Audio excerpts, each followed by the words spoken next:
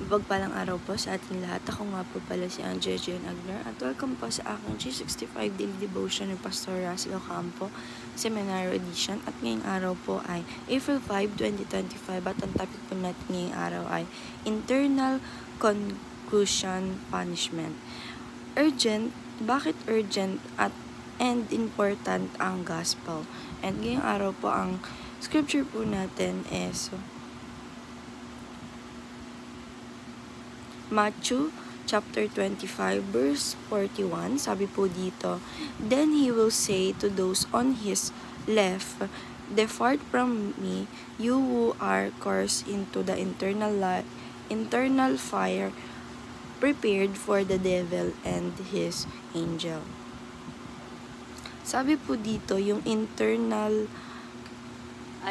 conclusion punishment is the belief that those who reject Christ will experience a real unended and fully conclusion punishment in hell. It's not mean annihilation or temporary suffering. It is internal separation from God, marked by awareness, regret, and torment. While this may sound serve in highlights the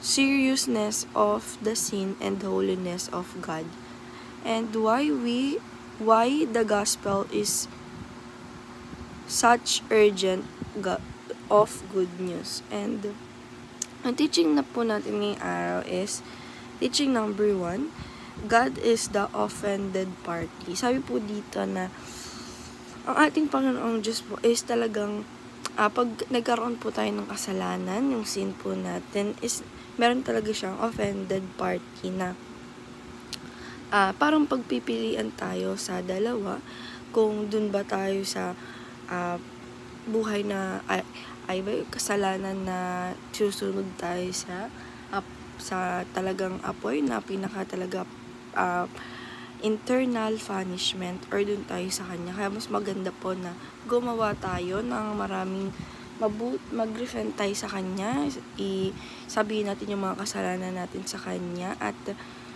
alisin natin sa buhay natin yung mga masasamang gawa. And teaching number 2, God is holy and just. Sabi po dito na ating Panginoong Diyos is holy and talagang holiness and as just na atin siyang Panginoong Diyos. And teaching number 3, God made hell to punish evil doers. Sabi naman po dito na i-apply po natin sa sarili natin na yung ating Panginoong Diyos po is gumagawa po talaga siya ng